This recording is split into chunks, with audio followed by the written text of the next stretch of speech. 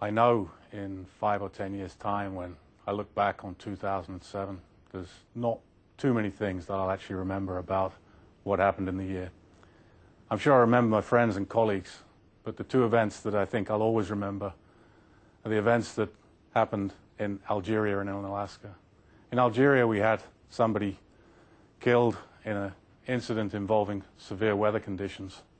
But it was the incident in Alaska on September the 29th that probably hurt me the most, because it was an absolute repeat of what happened in Nigeria in December 2005. The video that you're going to watch gives you the events and background around the tragedies. We need to be constantly vigilant. I know that you all treat safety as an extremely serious issue. What I would say, and you may have heard this before, is you need to treat every safety meeting you attend as if your life depends on it, because actually it really does. I know that we're all human, and I know that we all make mistakes, but this is an area of the business that we can't actually afford any mistakes. So please listen carefully. What you hear may save your life, may save the life of one of your friends.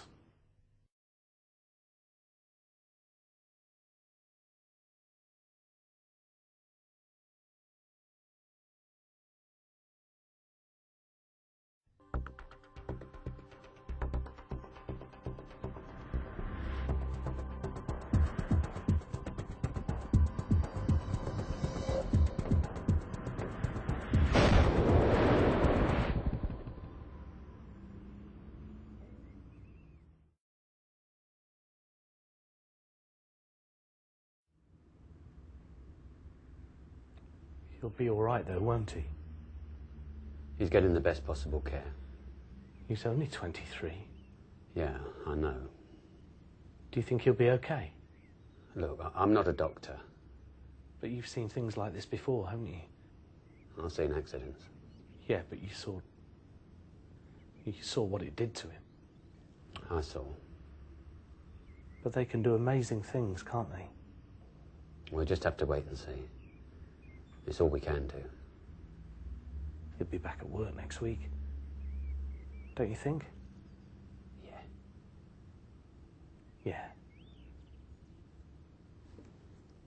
Look, there'll be an investigation. I suppose so. You saw what happened. Yes. Come on, Brian. Sorry, I was just thinking how ordinary it all was. What was? Everything. Until...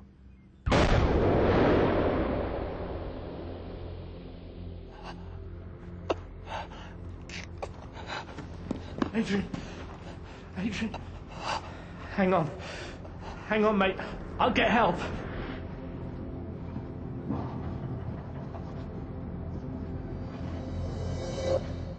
How on earth could it have happened? It shouldn't have. No, but it did. Have you had a look at that side outlet? Yes. So you saw what it was? But we checked the union. We replaced the seal and we pressure tested it. And you didn't think to check to see whether the hammer unions matched? It was a 2-inch 602 female sub which blew a hole through that lad, and you'd attached it to a 2-inch 1502 male. We didn't fit it originally. I don't care who fitted the thing. You must have read the safety alerts. I know. 2-inch 602's are banned. Didn't you notice it was a slack fit when you made it up? I let Adrian do it. You are joking. The 1502 we made up tight. The pressure test was okay. And that 2-inch 602 plug was hanging by a thread. It was like a cannon waiting to go off. I didn't fit it. And you didn't check it either.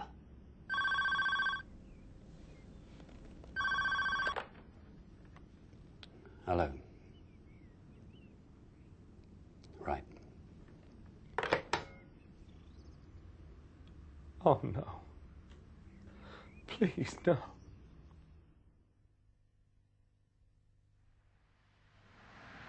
Brian, you got a minute? Yeah. Adrian, this is Brian, who's put together this world test equipment. Hi. Morning, Adrian. Do us a favour, Brian. Yeah. Let Adrian see what you do. He needs to understand how things are done properly. No problem, sir. Come and find me when you're finished, Adrian. I will do. Cheers, Brian. Cheers. Right, well, this is a sand filter. It's a pretty standard piece of equipment. It filters sand then, does it? Well, I can see you're a quick learner. It's been modified, but as you can tell, there's not a lot to go wrong. We don't have the schematic to hand, but it's the same layout as we've used twice before recently. Right, well, this is pretty much complete, apart from some servicing and pressure testing. What's left to do? Well, first we'll service this side outlet connection. Why? What's wrong with it?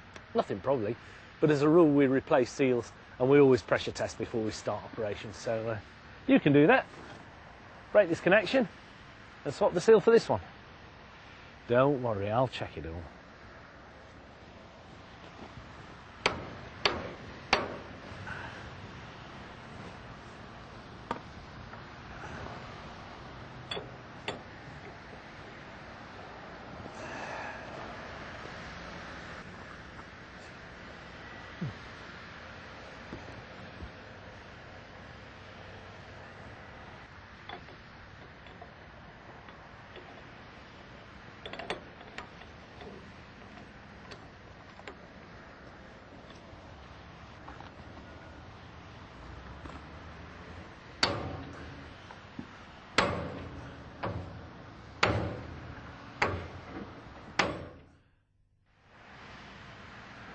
Right, all we need to do now is run it up to 5,000 psi and make sure nothing leaks. My tip?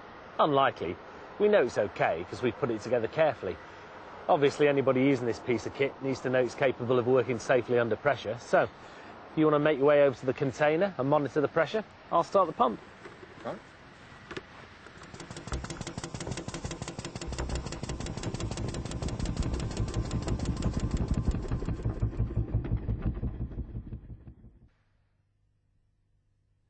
Right, lads. Pre-job safety meeting. Ryan, do you want to kick things off? Yep. After the inspection, we made good all those things which we'd identified as potentially hazardous. You've got the list there. Yeah, and I'm happy with that. Nothing in the testing raised any concerns. No leaks? No. I've seen some dodgy kit in my time, but I know this sand filter's been well maintained, so that's good news to start with. I was slightly worried about several trip hazards and pipe runs, but Adrian's done some very good work with the barriers. Good.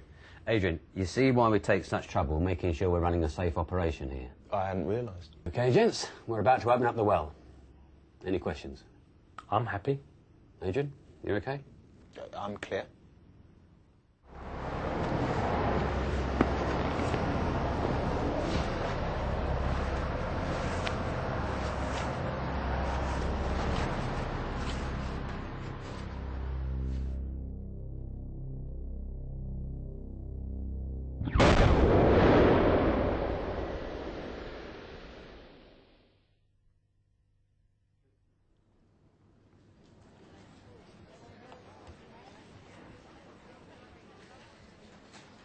Ladies and gentlemen, my name is Rachel Hillier, and I'm here to conduct the investigation into the death of Adrian Hudson.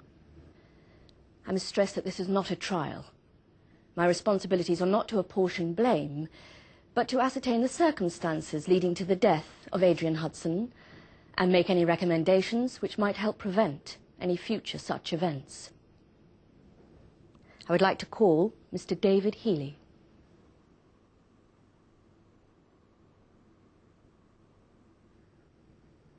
Mr. Healy, you are an independent safety consultant. That's correct. You have studied this incident and visited the site. Yes. Could you explain what caused the injuries to Mr. Hudson? He stood directly in front of a side outlet. As he closed the top valve, the female 2-inch 602 plug failed catastrophically and struck him in the lower abdomen. He was thrown 19 feet and landed against pipework.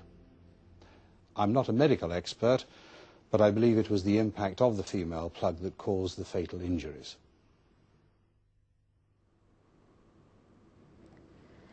Mr. Jameson, you were the site supervisor, That's right. and Adrian Hudson worked for you? He did certain days at college. But when he was on site, you were his supervisor. Yes. Before Mr. Hudson started work on the sand filter, Yes. what safety checks did you make? After the operator had installed the equipment, it was thoroughly tested, and then we made an inspection. What did that involve? Walking along the lines in the direction of flow from the well. We inspected the lines and the equipment to make sure it was correctly pressure rated and so on. And what came to light? Very little, really. I mean, I never imagined. That plug should have been checked. They said they checked it. When you carried out the inspection, did you refer to the schematics? No. Why not? The schematics weren't available. Who was responsible for providing them? Well, normally the person installing the equipment would have them. Was it their responsibility to provide them? I'm not sure. Normally they'd have them. Okay. So, when you carried out the inspection, you weren't able to check the equipment against the schematics? No. Is it fair to say that the inspection was a pointless exercise without them? No. I don't think it was pointless. We took that inspection seriously. I take safety seriously. This is the 602 plug which struck Mr. Hudson. It failed at approximately 3,500 psi. Are you able to say why it failed? Yes, absolutely. The 602 and 1502 should never be connected. In most cases, they're impossible to connect, but in this case they were. Unfortunately, in 2-inch diameter 1502 and 602 unions, the thread pitch is the same and the threads engage. So, are you saying that someone connecting the 2-inch 602 and the 2-inch 1502 would not know there was a problem? I can best demonstrate using this plastic model. This is a 2-inch 1502 male union. This is a 2-inch 1502 female union. As you can see, the fit is very snug. Now, if I try to connect the 2-inch 602, it does engage, but loosely, until it bites.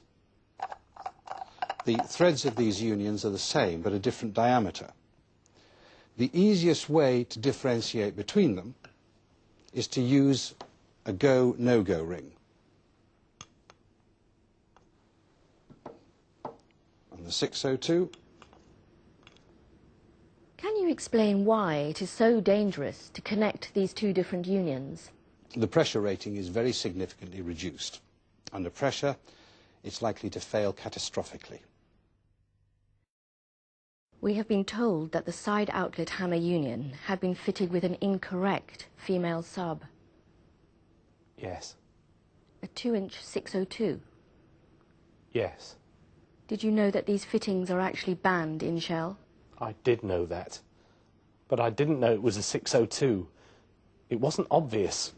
But in the process of installing a piece of equipment, isn't it your responsibility to check that all the parts are correct?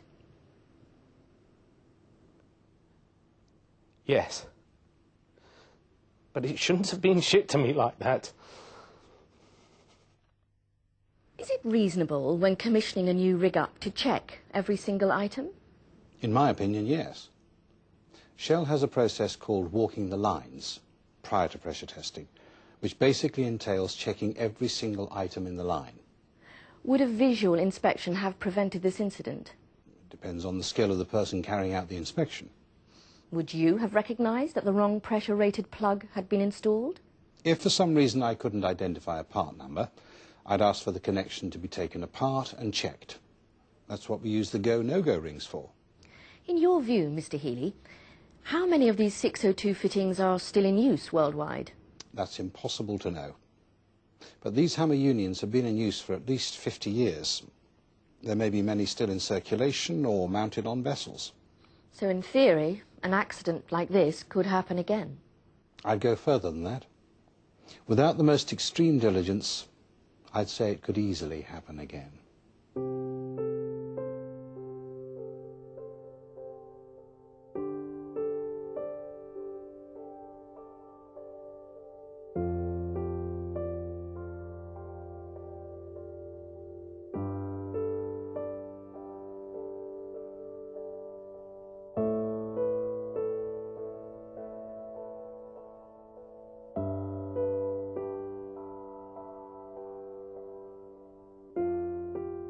After the incident, we developed both an ABC guide and a standard around temporary pipework.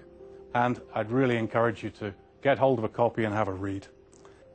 With your support, with your vigilance, with your actions, we can avoid this type of incident. The type of incident that you saw in the video today, it was avoidable. We are working with API, with IADC, to come up with a permanent industry solution to this hazard. Until that day, I need every single one of you to be vigilant and be determined to ensure that the temporary pipework risk does not exist in our business. Thank you.